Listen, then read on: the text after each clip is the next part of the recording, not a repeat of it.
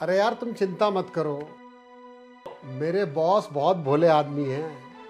थोड़ा सा ड्रामा किया, दो आंसू निकाले, ड्रामा किया और काम बन गया। वैसे भी माँ के ऑपरेशन का बहाना लगाया था। हाँ, और काम बन गया। अच्छा चल रहने दे, अब रख, काम करने दे, नहीं तो कोई सुन लेगा। और सुन, आज की पार्टी मेरी तरफ से, फुल एंजॉय करना है, सिंगल मार्ट, ठीक है ना? ओके।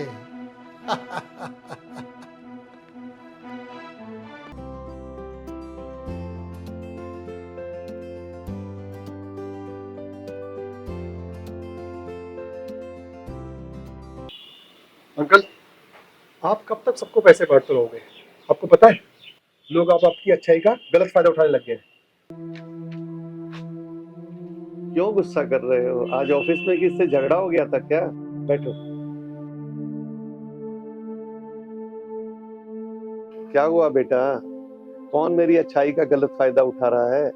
अंकल, उस दिन वो मैनेजर आपके पास आया था और अपनी माँ की झूठी कहानी सुना करके आपसे पैसे ले गया था। अभी मैंने उसे किसी से बात करते हुए सुना। पता है, उसकी माँ बिल्कुल ठीक है और वो जो पैसे हैं वो अपने एंजॉयमेंट के लिए लेके गया था। और अब वो लोगों में पता है क्या बोलते हुए फिर रहा है कि मेरे मालिक तो बहुत भोले हैं और मैं जब चाहूं उनको बेवकूफ बना सकता हूँ। अंकल, ऐसे एम्प्लॉय को तो जो है ना, नौकरी से निकाल देना चाहिए। मैं तो बस आपकी वजह से चुप हो गया।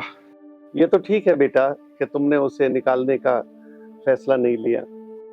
मोहन हमारी कंपनी का बहुत मेहनती वर्कर है। हाँ, ये सच है कि उसने हमारी कमजोरी का नाजायज फायदा उठाया। मैं जानता हूँ कि उसकी माँ बिल्कुल ठीक है। तुम क्या समझते हो कि मुझे नहीं पता कौन सच बोल रहा है और कौन झूठ बोल रहा है? बेटा, दिल से ताज का सफर मैंने ऐसे ही पूरा नहीं किया है। बहुत मेहनत की है और बहुत कुछ सीखा है। तुम ये बताओ, वो मुझे धोखा दे रहा था या अपने आप को धोखा दे रहा था? मतलब मैं समझा नहीं अंकल। मैं एक कहानी से तुमको समझाता हूँ। एक बच्चा भेड़े चराने जाया करता था और एक दिन वो चिल्लाया, शेर आया, शेर आया, शेर आया। और उसके माता पिता और लोग बड़े दौड़ के आए, लेकिन वहां कोई शेर नहीं था। वो हंसने लगा। फिर 2-4 दिन ठहर के एक बार फिर उसने ऐसा किया। 2-3 बार उसने लोगों को जरूर धोखा दिया, लेकिन एक बार वाकई शेर आ गया और कोई नहीं आया। सबको पता था कि ऐसे ही चिल्लाता और उसको अपनी जान देनी पड़ी। अच्छा, आप रेडी हो जाओ बेटा, हमने शर्मा जी की बेटी की शादी में जाना है। ठीक है अंकल।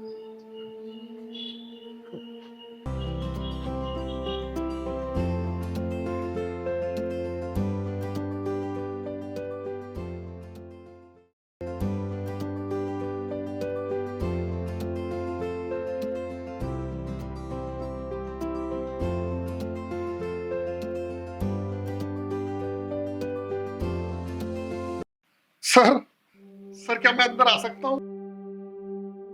सर प्लीज मेरी मदद कीजिए सर। आइए, बैठिए बैठिए। Thank you sir. बैठिए बैठिए। लीजिए, पानी पीजिए।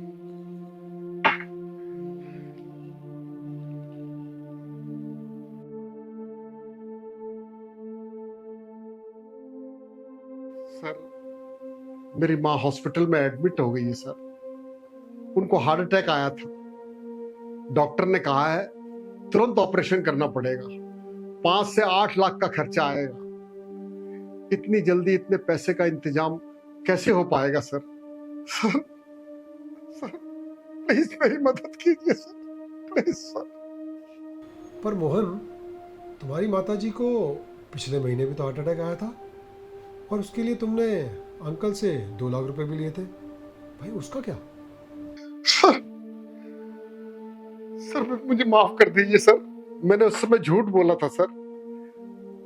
मुझे क्लब के लिए कुछ पैसे चाहिए थे और कुछ पुराना उधार चुकाना था, इसलिए मैंने माँ का बहाना बनाया। मुझे माफ कर दीजिए सर। सर प्लीज सर, मुझे माफ कर दीजिए सर। बैठिए बैठिए।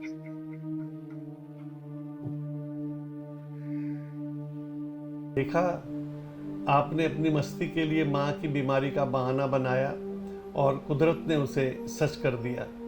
किसी के साथ भी ठगी करने से पहले या झूठ बोलने से पहले आपको देखना चाहिए कि उसका रिजल्ट क्या आएगा और दोबारा कोई मुझ पे भरोसा करेगा। और आज भी मैं कैसे मान लूं कि तुम सच बोल रहे हो कि झूठ बोल रहे हो। आप बिल्कुल ठीक कह रहे हैं सर। आज मेरी झूठ की वजह से मेरी मां जीवन और मृत्यु के बीच में झूल रही है। हो सके तो मुझे माफ कर देना सर। सुनो मोहन, इधर आओ। आ जाओ।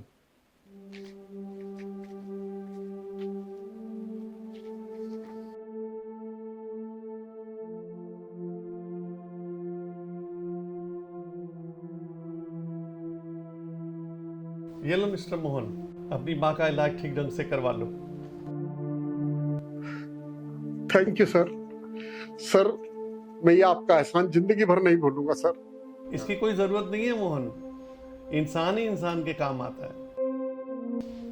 और झूठ मत बोलना, इसका नतीजा अच्छा नहीं है। मैं विश्वास दिलाता हूं सर, आज के बाद कभी भी मैं अपने फायदे के लिए झूठ नहीं बोलूंगा। और जैसा भरोसा आपने दिया है और जो मुझ पर भरोसा करेगा, मैं उसका विश्वास कभी नहीं तोड़ूंगा। Thank you sir.